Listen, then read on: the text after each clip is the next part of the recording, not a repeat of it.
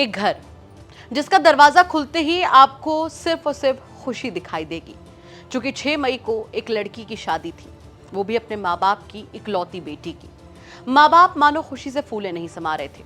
अच्छे घर में लड़की का रिश्ता हुआ था, 6 मई को बारात आनी थी, कार्ड छप गए थे, लेकिन उसके बाद एक लड़की के साथ ऐसा हुआ जो आपकी सोच से परे है।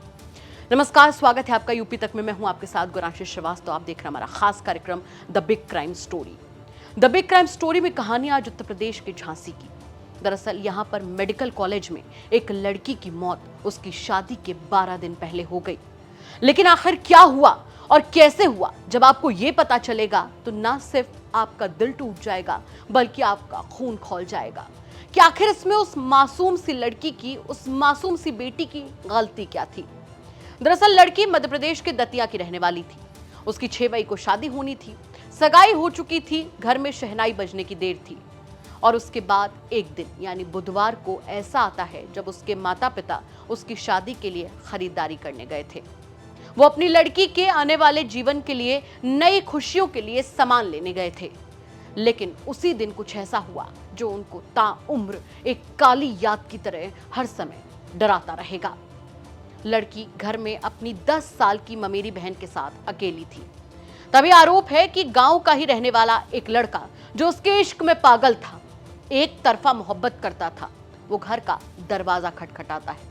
लड़की दरवाजा खोलती है, जिसके बाद वो लड़का उससे शादी तोड़ने का दबाव बनाता है।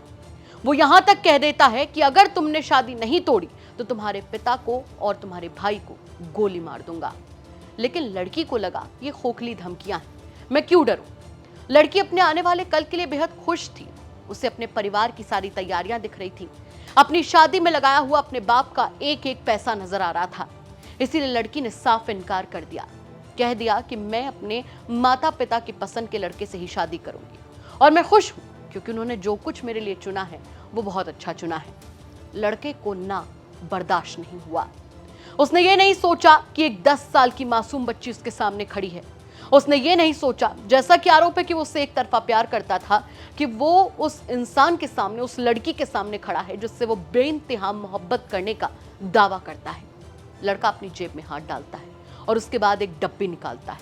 वो डब्बी जहर की डब्बी थी। वो डब्बी उसकी जिंदगी छीनने की एक डब्बी थी। वो उस डब्बी से गोलियां निकालता है और सीधे लड़की का मुंह पकड़ के उसके मुंह में भर देता है और उसके बाद सब कुछ बिखर जाता है। अब परिवार का रो रो कर बुरा हाल है, क्योंकि लड़की अब नहीं बची। पहले उसे सामुदायिक केंद्र लेकर जाया गया, उसके बाद उसे झांसी मेडिकल कॉलेज लेकर जाया गया, जहां लड़की ने आखिरकार जिंदगी की जंग हार दी। लड़की के मामा ये तक आरोप लगाते हैं कि 10 साल की बच्ची ने भी जद्दोजहद की।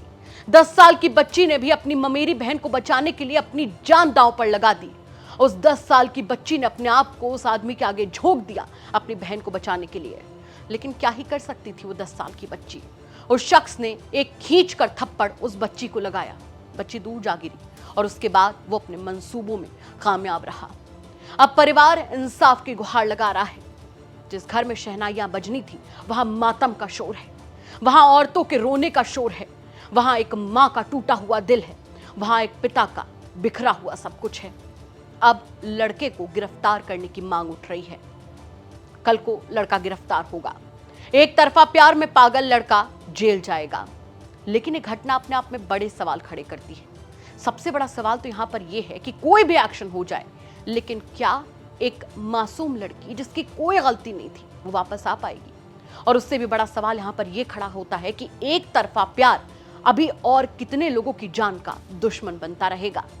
इन तमाम सवालों के साथ आपको छोड़कर जा रहे हैं। साथ ही आपसे भी कहना चाहेंगे कि अगर आपके आसपास के इलाके में कोई ऐसी बड़ी घटना होती है जो कि क्राइम की एक बड़ी खबर बन सकती है, तो हमें कमेंट करके जरूर बताइएगा, क्योंकि हम आपके कमेंट्स जरूर देखते हैं और उन कमेंट्स के जरिए हम उस कहानी को आप तक पहुंचाने की कोशिश करेंगे द बिग क्राइम स्टोरी के जरिए। फिलहाल के लिए इतना ही। नमस्कार।